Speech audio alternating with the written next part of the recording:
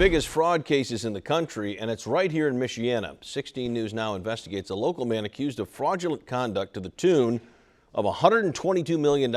16 News Now's Carly Luca followed the money to learn how local businesses were impacted and what's next for the man accused of fraud. Najib Khan. It's a story we've been following for over a year now. A local business owner quietly built a luxurious life while allegedly skimming and scheming money from his clients, not just here, but across the country.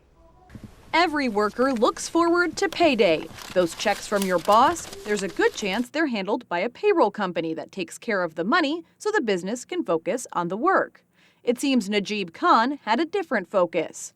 Khan owned and operated IOI, a seemingly successful payroll firm based in Elkhart County, serving thousands of clients locally and across the country.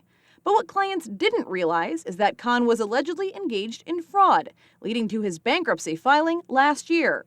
But how was he taking money without being detected? With access to clients' bank accounts to process payroll, Khan is accused of holding on to funds meant for state and federal withholding taxes.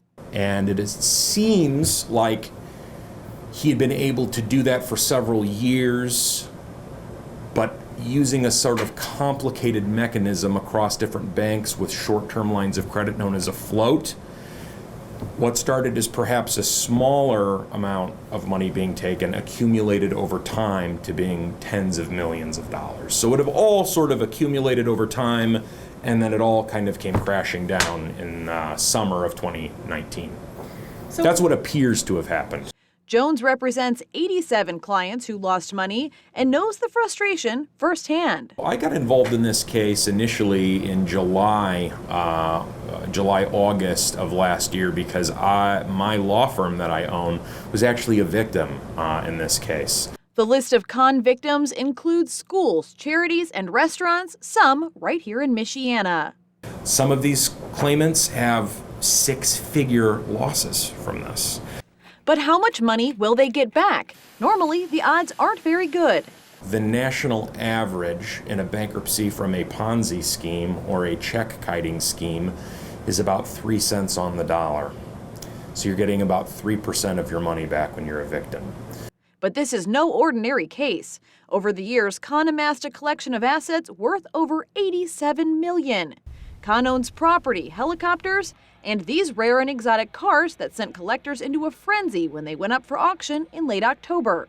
They brought in over $44 million in sales, with his most valuable vehicle selling for $2.8 million alone. It's money that the attorneys hope can be dissolved to pay back the victims. And for some, a resolution can't come soon enough. I don't think anybody locally who used the service had any clue. Mark McDonnell is the owner of LaSalle Grill in South Bend. We log in and see we owe, the total was about $35,000.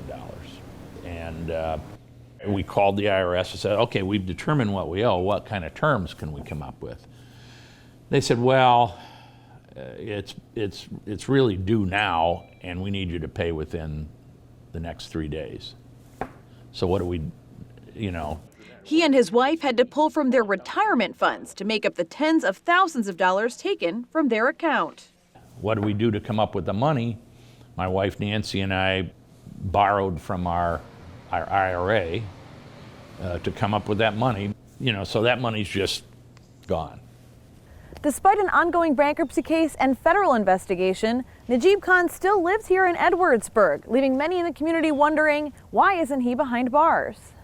If somebody goes and knocks off a 7-Eleven and steals $200 or $20, they're arrested that day if possible, and they're locked up immediately. Whereas in this case, it appears that someone has absconded with over $100 million and they're still out free walking amongst us. I understand why that is so frustrating. So when you have a case that involves potentially several years of transactions, the FBI wants to dig as deep as possible and build a bulletproof case. And these prosecutions don't happen overnight. In the meantime, legislators are working to protect Hoosier business owners in the future. A bill from State Senator Linda Rogers is directly inspired by the alleged actions of Najib Khan.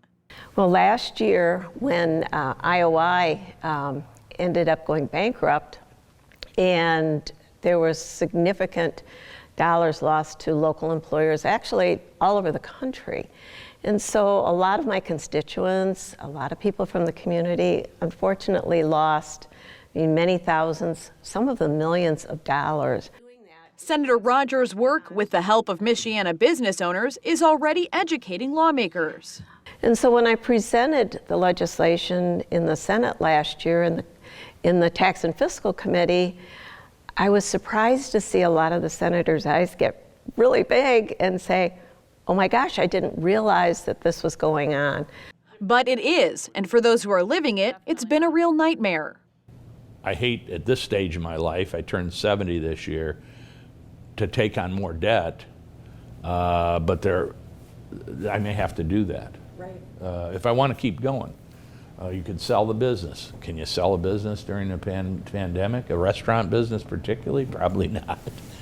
So there's options, but there's no options. I'm just trying to keep my level of emotions steady and think clearly and try to find out what 2021 is going to be like. There are around 7,000 businesses in the same boat as LaSalle Grill, and the timing couldn't be worse as the pandemic has also hurt their operations. McDonald, Jones, and other business owners hope they can get their money back in bankruptcy court from Kahn's liquidated assets. Still, Kahn has not been charged with any criminal offenses at this time. We'll continue following this story, keeping you informed of any possible resolution or criminal charges that may come.